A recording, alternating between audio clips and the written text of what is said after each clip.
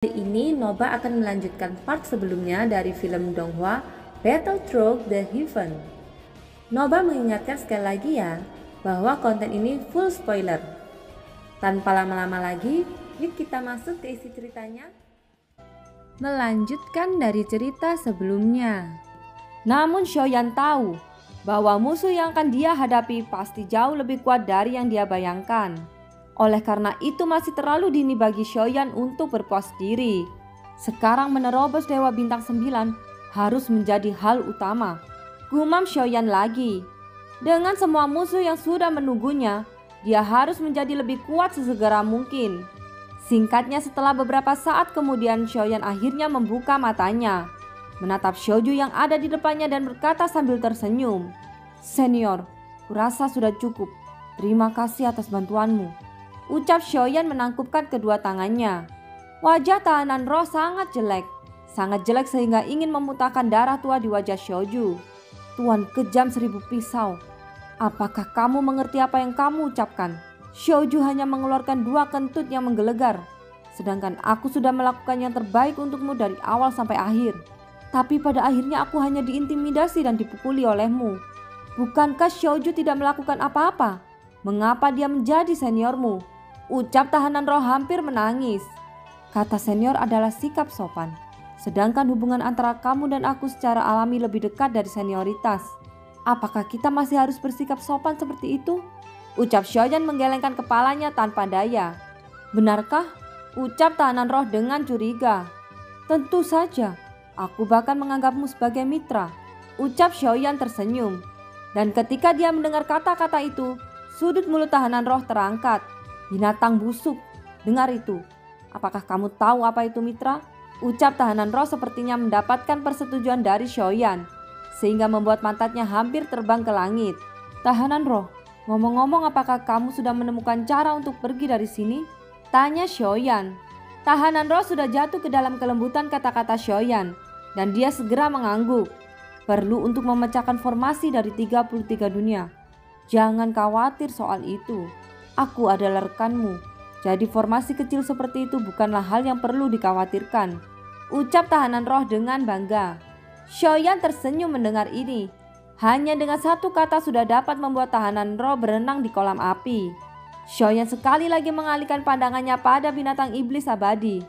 "Terima kasih atas bantuanmu. Apa yang aku katakan sebelumnya masih sama. Jika kamu ingin pergi dari sini, aku punya cara untuk melakukannya," ucap Xiaoyan. Mendengar kata-kata itu, Xiaoju menggelengkan kepalanya. "Apakah kamu tidak ingin pergi?" tanya Xiaoyan dengan bingung. "Tentu saja aku ingin. Tetapi kemana aku akan pergi setelah aku meninggalkan tempat ini? Tidak ada tujuan dan tidak ada tempat untuk mengakomodasiku. Alangkah baiknya jika aku menghilang di tahun-tahun kuno itu," ucap Xiaoju dengan ekspresi sedih. "Senior, jika memungkinkan, tolong bantu dunia sensi. Meskipun aku tidak tahu mengapa 33 dunia jatuh seperti ini, tetapi aku tidak ingin duniaku hancur. Untuk saat ini memang benar aku belum menjadi putra sensi. Tapi jika dunia sensi bisa selamat dari perang besar, aku berjanji untuk menjadikanmu bagian dari dunia sensi," ucap Xiaoyan dengan ekspresi serius. Meskipun Xiaoyan tidak tahu apa itu binatang iblis abadi, tetapi berdasarkan penindasan yang dipancarkan, setidaknya dalam hal kekuatan itu juga merupakan eksistensi yang sangat kuat. Menurut apa yang dikatakan Sanlao, jika bisa memasukkan eksistensi ini ke dalam pagoda emas, secara alami itu adalah hal yang baik untuk dunia sensi yang membutuhkan banyak kekuatan. Selain itu ada 12 lapisan di lantai Lingsu. Selama mereka adalah makhluk reruntuhan, maka mereka dapat memasukinya. Dengan cara ini jika Xiaoyan dapat menentukan cukup banyak makhluk reruntuhan, maka dia dapat membawa kekuatan tempur yang sangat kuat untuk dunia sensi. Pertarungan untuk dunia sensi. Tetapi bahkan jika kamu meninggalkan 33 dunia, kamu tidak bisa membawaku pergi ke dunia sensi. Ini karena kamu masih membutuhkan pohon dunia, ucap Xiaoju. "Karena aku sudah mengatakannya, maka aku bisa melakukannya. Tapi sebelum itu aku ingin kamu berjanji untukku. Setelah aku membawamu keluar dari sini, berjanjilah padaku untuk selalu melindungi dunia sensi," ucap Xiaoyan. Setelah merenung sejenak, Xiaoju memandang Xiaoyan yang terlihat serius. dan sepertinya dia tidak bercanda dengannya. Masih ada keraguan tentang identitas Xiaoyan. Tetapi jika Xiaoyan benar-benar dapat membawanya dari tempat ini, maka Xiaoju akan percaya pada identitas Xiaoyan. Tahanan roh, apakah kamu sudah memecahkan formasinya? Tanya Xiaoyan menoleh untuk melihat tahanan roh. Apakah kamu bercanda? Aku butuh setengah batang dupa untuk mengendalikan 33 dunia ini, ucap tahanan roh sambil mendengus. Tapi kelihatannya agak merepotkan untuk pergi, ucap tahanan roh lagi. Apakah ada masalahnya? Tanya Xiaoyan dengan bingung. Mungkin karena dunia ini runtuh sehingga formasi besar sudah rusak. Jadi begitu formasi besar di sini benar-benar runtuh, aku khawatir pada saat itu seseorang hanya bisa masuk dan tidak dapat keluar. Aku akan melakukan yang terbaik untuk menggunakan kekuatan formasi yang tersisa dan membuka jalan keluar. Setelah dibuka maka formasi ini juga akan runtuh sepenuhnya. Artinya kita hanya memiliki satu kesempatan. Jadi bersiaplah dan juga bawa binatang sialan itu sekarang. Setidaknya aku punya teman bicara di jalan, ucap tahanan roh sambil menatap ke arah Xiaoju. Xiaoyan sedikit mengangguk, menatap Xiaoju di depannya lalu menghubungkan pikirannya dengan pagoda emas. Setelah beberapa saat, Xiaoyan membuka matanya. Sosoknya perlahan datang ke depan Xiaoju dan menjulurkan telapak tangannya. Jangan menolak, ini akan sedikit pusing, tapi itu tidak akan lama, ucap Xiaoyan. Segera telapak tangan Xiaoyan melayang di atas kepala Xiaoju. Adegan ini membuat Chowking dan Luotian yang sedang menonton di depan tirai cahaya merasa sangat aneh. Dia bisa menaklukkan Xiaoju, gumam Chowking. Melihat gerakan Xiaoyan dengan aneh, tiba-tiba sosok besar dari Xiaoju berubah menjadi gumpalan asap hitam dan menghilang dalam sekejap. Chowking di wilayah timur tirai dan Suhong yang ada di puncak gunung, semuanya mengangkat kepala mereka pada saat yang sama dan melihat ke arah di mana Xiaoyan berada. Binatang iblis abadi menghilang, ucap Chowking dengan takjub, dan Suhong juga menunjukkan keterkejutan di matanya. Sepertinya identitas anak ini tidak sederhana, gumam Suhong. Xiaoyan segera menutup matanya. Jiwanya dengan cepat dia berada di pagoda emas dan memasuki lantai 12 yang belum pernah dia kunjungi sebelumnya. Ketika dia melangkah ke lantai 12 di dalam pagoda emas, Xiaoyan tiba-tiba merasa seolah-olah dia telah memasuki dunia. Apakah ini Lingsu yang dikatakan Sanlao? Gumam Xiaoyan. Matahari dan bulan hidup berdampingan di dunia ini, penuh dengan vitalitas kehidupan. Sosok besar binatang abadi iblis Xiaoju juga muncul di dalamnya. Melihat bahwa Xiaoju aman dan sehat, Xiaoyan juga menghela nafas lega. Ini adalah Lingsu, ucap Xiaoju melihat sekelilingnya sepertinya dia mengenalinya. Apakah kamu tahu? Ucap terkejut Xiaoyan melihat Xiaoju mengetahuinya. Yang mulia Susang pernah membawaku ke sini sebelumnya. Aku ingat seharusnya ada banyak makhluk di tempat ini.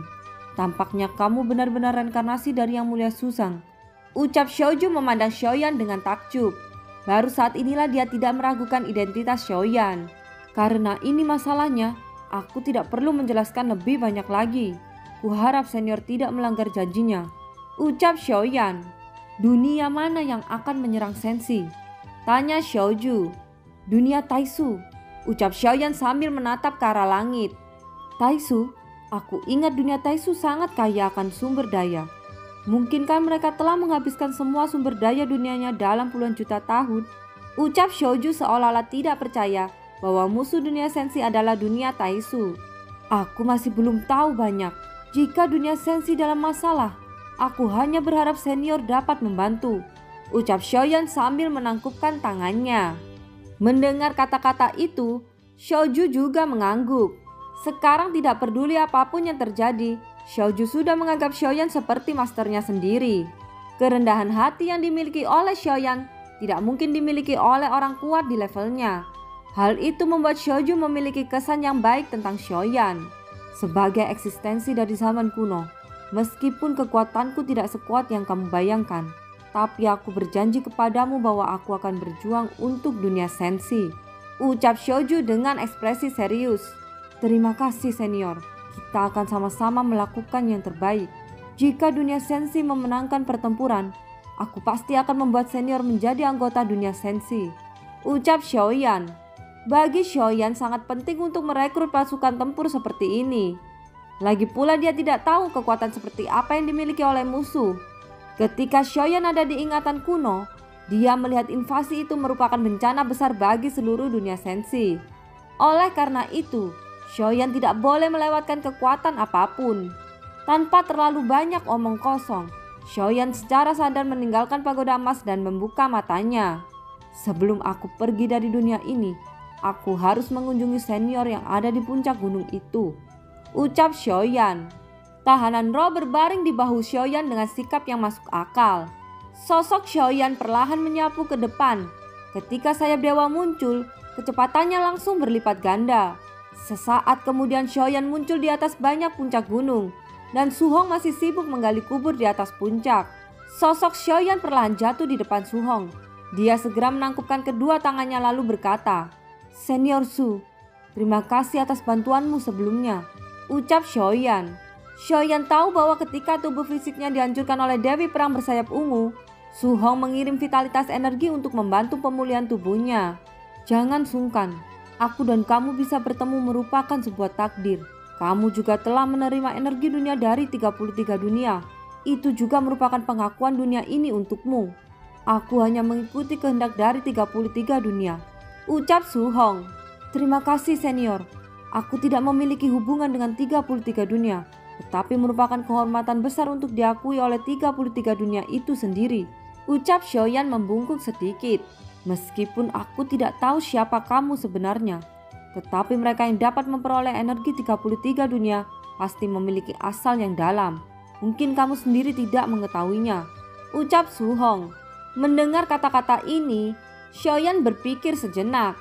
Mungkinkah 33 dunia juga mengalami perubahan sebelum jatuh ke titik ini? Tanya Xiaoyan dan Su Hong pun mengangguk. 3 dunia menyerbu pada saat yang bersamaan, ucap Su Hong. Mata Xiaoyan menyusut ketika dia mendengar ini. Sepertinya 33 dunia mengalami nasib yang sama seperti dunia luas. Hasil akhir dari kekalahan adalah kematian dunia setelah sumber daya diambil. Bahkan tanpa melakukan apapun, waktu akan membuatnya perlahan binasa. Dan pada akhirnya dunia itu akan menghilang menjadi kehampaan. Hanya dunia dengan sumber daya yang kuat yang memenuhi syarat untuk bertahan hidup. Penggantian yang lama dengan yang baru adalah hukum besi yang berlaku di seluruh dunia. Aku ingat ada eksistensi yang sangat kuat berasal dari dunia sensi. Dia pernah membantu 33 dunia, ucap Su Hong mengungkapkan ingatannya. "Apakah yang kamu maksud dewa tertinggi Susang?" ucap Xiaoyan. Xiaoyan langsung merujuk pada Susang, karena sepertinya hanya dia yang layak mendapatkan kata-kata sangat kuat. "Susang, itu benar," ucap Su Hong sambil mengangguk. Sekarang Xiaoyan mengerti mengapa dia mendapatkan sinar energi dari 33 dunia. Sepertinya energi ini tidak diberikan kepadanya, tetapi untuk dewa tertinggi Susang. Jelas Susang pernah membantu dunia ini, dan dunia ini juga menggunakan kekuatan terakhirnya untuk membalas budi. "Sepertinya kamu sudah mengerti mengapa kamu menerima bantuan dari dunia ini," ucap Su Hong memandang Xiaoyan, dan Xiaoyan mengangguk tanpa menyangkalnya. "Kamu telah datang ke sini kali ini. Mungkinkah kamu ingin menabrak semua puncak gunung yang aku bangun?" tanya Su Hong menatap Xiaoyan dengan aneh. Karena tampaknya semua barang berharga di 33 dunia telah dibersihkan oleh Xiaoyan. Sedangkan untuk Xiaoyan, dia hanya tersenyum kecut. Sepertinya dia telah meninggalkan pengaruh buruk pada orang lain. "Tentu saja tidak. Junior ini memiliki keraguan di dalam hatinya. Kuharap senior dapat menghilangkan keraguan di dalam hatiku," ucap Xiaoyan. Su Hong berhenti menumpuk gunung. Perlahan mengangkat kepalanya menatap Xiaoyan. Junior hanya bingung dengan arti dari apa yang dikatakan senior sebelumnya. Senior mengatakan tentang kepalsuan dan kebenaran. Apa maksud dari itu? Tanya Xiaoyan. Xiaoyan selalu mengkhawatirkannya dan masih berharap untuk menyelesaikan keraguan yang tersisa di hatinya sebelum dia pergi. "Pertanyaan ini hanya terjawab ketika kamu menerobos kerana keabadian Kaisar," ucap Su Hong tiba-tiba tersenyum. Seolah-olah dia tidak mengharapkan Xiaoyan menanyakan pertanyaan ini. Sedangkan untuk Xiaoyan, dia menatap Su Hong dan mengangguk setelah merenung sejenak. "Sebenarnya kamu harus memahami bahwa tidak semua pertanyaan memiliki jawaban. Yang benar dan yang salah adalah makna, dan itu tergantung pada apakah kamu dapat memahaminya sendiri," ucap Su Hong. Xiaoyan sedikit mengernyit ketika mendengar kata-kata itu. Sambil berpikir dia segera menangkupkan tangannya lalu berkata, "Kalau begitu, terima kasih sudah menghilangkan keraguanku," ucap Xiaoyan. "Kamu terlalu sungkan. Lagi pula ini bukan penjelasan. Aku tidak memberitahumu apa-apa," ucap Su Hong sambil tersenyum. "Jika kamu tidak menjawab, itulah solusi terbaik," ucap Xiaoyan tersenyum. Su Hong memandang Xiaoyan dan ada kilatan cahaya melintas di matanya dan wajahnya menunjukkan kekaguman pada Xiaoyan. "Senior, siapa nama orang yang telah menyerangku sebelumnya?" tanya Xiaoyan. Pada saat cahaya biru dari Xiaoju menyerangnya, jika Xiaoyan tidak memiliki cangkang basal Swan Wusheng, mungkin dia akan hancur berkeping-keping oleh serangan itu. "Apakah kamu berbicara tentang lelaki tua jahat di timur itu?" ucap Su Hong dan Xiaoyan sedikit mengangguk. "Apakah kamu akan mencarinya?" tanya Su Hong. Xiaoyan menggelengkan kepalanya lalu berkata, "Aku tidak memenuhi syarat untuk melawannya sekarang. Untuk saat ini aku hanya ingin mengetahui namanya. Jika di masa depan aku memiliki kekuatan yang cukup, aku akan membuat perhitungan dengannya," ucap Xiaoyan. "Chowking, dia merupakan monster tua yang telah hidup untuk waktu yang lama. Untuk saat ini menurutku kamu tidak bisa memprovokasinya," ucap Su Hong mengingatkan. Xiaoyan menyipitkan matanya sedikit setelah mendengar kata-kata itu dan menyimpan nama itu di hatinya. "Jika 33 dunia binasa, akankah senior ikut musnah bersamanya?" tanya Xiaoyan lagi. "Mungkin, tapi mungkin tidak. Kita akan bertemu lagi di lain kesempatan. Namaku adalah Su Hong," ucap Su Hong. "Baik, kalau begitu aku akan menunggu kesempatan itu. Senior Su Hong, junior ini akan pergi sekarang," ucap Xiaoyan. Su Hong mengangguk kepada Xiaoyan. Sepertinya dia mulai menyukai karakter Xiaoyan. Setelah berbicara, Xiaoyan menepuk tahanan roh yang ada di sebelahnya. "Bisakah kamu lebih sopan kepada senior ini?" ucap tahanan roh tidak lupa untuk mencuci mulutnya. Meski tahanan roh mengutuk marah, tapi dia masih mengendalikan formasi 33 dunia pada saat yang sama. Saat Su Hong melihat tahanan roh, matanya membeku sesaat. Ini karena tahanan roh sudah ada sejak di zaman kuno. Dia pernah melihat bahwa tahanan roh merupakan pengikut Susang. Su Hong juga sepertinya memahami identitas Xiaoyan saat ini. Ternyata orang yang mampu mengalahkan Dewi Perang merupakan orang yang sama dari awal hingga akhir, gumam Su Hong sambil tersenyum. Dia melihat formasi besar berputar di udara dan membawa Xiaoyan menghilang. Setelah Xiaoyan pergi, seluruh 33 dunia tiba-tiba bergetar. Seolah-olah kecepatan di mana dunia runtuh menjadi lebih cepat lagi. Sementara itu di wilayah timur, sosok Chowking terus menatap Xiaoyan di tirai cahaya. "Untuk apa anak itu menanyakan namaku?" ucap Chowking. "Untuk apa? Kupikir kamu harus tahu," ucap Luotian sambil mendengus dingin. "Mungkinkah dia ingin membalas dendam padaku di masa depan?" ucap Chowking. "Apakah menurutmu itu tidak mungkin?" ucap Luotian. "Hahaha, jangan bercanda. Apa menurutmu aku takut padanya? Sekarang aku hanya perlu 2 jari untuk menghancurkannya sampai mati," ucap Chowking sambil tertawa. "Aku tidak percaya kamu bisa melakukannya," ucap Luotian dengan acuh tak acuh.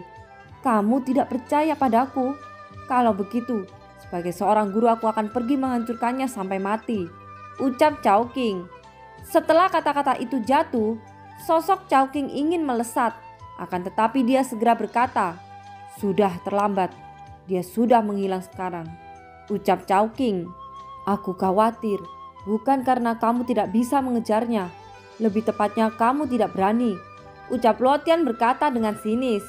"Aku tidak tahu mengapa aku menerima murid yang menjijikkan sepertimu," ucap Chowking. "Kamu memilih jalanmu sendiri, dan kamu memilih muridmu sendiri. Bahkan jika itu kotoran, kamu harus memakannya," ucap Luotian. Chowking membeku di tempat dengan ekspresi tak bisa berkata-kata di wajahnya. "Meskipun kata-katamu tidak menyenangkan untuk didengar, tetapi aku sangat menyukai temperamenmu," ucap Chowking. Tanpa diduga, Chowking sama sekali tidak marah, tetapi lebih memilih berhenti berdebat dengan Luotian. Ketika Luotian mendengar kata-kata itu, dia langsung mengacungkan jempol ke arah Chowking. Dia merasakan kekaguman di hatinya. Jika monster tua yang bisa hidup selama bertahun-tahun yang tak terhitung jumlahnya mudah marah, dia mungkin sudah mati sejak lama. Pada saat ini, 33 dunia telah runtuh. Awalnya Xiaoyan hanya menargetkan Dewa Bintang 8 sebelum memasuki dunia ini. Namun hasil akhir ini benar-benar melampaui harapannya. Dia bahkan menerobos ke tingkat Dewa Bintang 8 puncak. Dan itu sudah membuat Xiaoyan sangat puas. Di dasar Laut Hitam, sosok besar Jiuying sudah lama berada di sini menunggu Xiaoyan. Namun kali ini dia tidak sendirian. Baik kelinci Bingyun dan Wusan juga berada di sini selama hampir 10 tahun. Seharusnya pria kejam 1000 pisau belum mati kan? Ucap kelinci Bingyun. Begitu kata-kata itu keluar, suasananya tampak semakin aneh. Wusan tersenyum masam. Dia tidak tahu harus menjawab apa. Melihat tidak ada yang menjawab, kelinci Bingyun menoleh untuk melihat Jiuying. Jiuying, bagaimana menurutmu? Tanya kelinci Bingyun. Sudah 10 tahun sejak dia pergi. Kemungkinan terbesarnya memang seperti itu. Ucap Jiuying menganggukkan kepalanya. Namun pada saat ini sebuah suara samar datang perlahan. Siapa yang mati? Ucap suara familiar itu. Dan film pun berakhir. Terima kasih ya yang sudah nonton Nobah sampai akhir. Sampai jumpa.